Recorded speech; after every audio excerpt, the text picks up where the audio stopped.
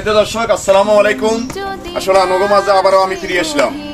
তো আনো তোয়া ভালোবাসা নিয়ে আবার আমি একটা শিশু বাচ্চা, তার আসলে বয়স হলো মনে হয় 13 বছর হতে পারে বা এরকম একটা আইডিয়া আমি করলাম।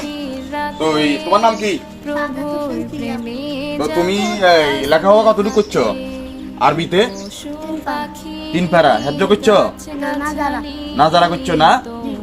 দেখেন দর্শক, সম্মানিত দর্শক, উনি হেফজ না যারা 3 পারা উনি হেফজ করছে।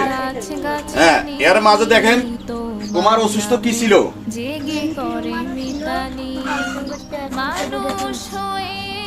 তাই তোমার বাবার নাম কি?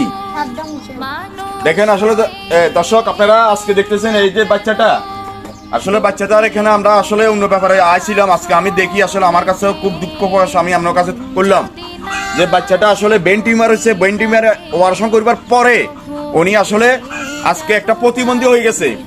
দর্শক, আপনাদের সামনে আমি কথাটা আবারও তুলে ধরলাম। দেখেন আসলে আমি এখানে আসার পরে এই বাচ্চাটা আসলে লেখাপড়া করতেছিল, সুন্দর একটা তার ভবিষ্যৎ ছিল। তো আসলে আল্লাহ কাকে কোন বাজেলো যে আমরা নিজে জানি না।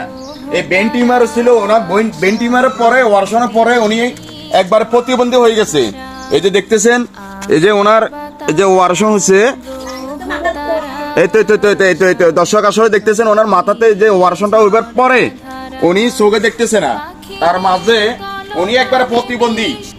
তা আসলে এই গ্রামটার নাম হলো বাবুরুকুমা ওনালু বাগান, ওনার পিতার নাম হলো সাদ্দাম হোসেন। তো আমরা আসলে এই বাচ্চাটার জন্য অতির ভবিষ্যৎ আমাদের সবাই সহযোগিতা আমরা চাই। কেন এই বাচ্চাটা আজকে আমি এখানে আসার পরে দেখছি যে বাচ্চাটার মা বাবা তারপর ফ্যামিলি যেভাবে অবলম্বন ভাবে আসছে, আমরা আসলে সবার কাছে আজকে এই হাউসটা তুলে ধরলাম। আপনারা আসলে বারবার একটা জিনিস লক্ষ্য করেন, এই বাচ্চাটা আমি আবার তুলে ধরতেছি। এই যে ব্রেন টিউমারে হরে অপারেশনের পরে এই বাচ্চাটা প্রতিবন্ধী হয়েছিল, কিন্তু বাচ্চাটা আগে সুস্থ আছিল, সবল আছিল, ভালো, উনি লেখাপড়া করতে চাইছিল। কিন্তু আজকে ওনার এই অপারেশনটা হবার পরে উনি আজকে প্রতিবন্ধী হয়ে গেছে। তো আমরা আসলে এখানে যারা সহযোগিতা করবেন, আমরা ওনার ফ্যামিলির থেকে বিকাশ নাম্বার দেওয়া যাবে, বিকাশ নাম্বারের মাধ্যমে আপনারা আলোচনা করে সবার কাছে আমি অনুরোধ করলাম, পরশুরাম উপজেলা আজকে বাবুরকুমা 1 নং ওয়ার্ড সবার কাছে আমি তুলে ধরলাম যে উনি যে আর্থিক সহযোগিতা সবার কাছে আমরা চাই, অতির ভবিষ্যতে যখন বাচ্চাটা আমরা চিকিৎসা করাতে পারি, তার মা বাবা যখন সবাই আমাদের বিষয়টা খুশি হতে পারে, বা এরা যখন এই সহযোগিতার মাঝে এই চিকিৎসাটা নিতে পারে। তো ঠিক আছে, ধন্যবাদ সবার প্রতি। তুমি সালাম দাও। আসসালামু আলাইকুম। হ্যাঁ, তুমি বলো সবার কাছে যে আমাকে সবাই সহযোগিতা করবেন। আমাকে সবাই সহযোগিতা করবে। ঠিক আছে, থ্যাংক ইউ, ধন্যবাদ। আসসালামু আলাইকুম, সবাই ভালো থাকেন।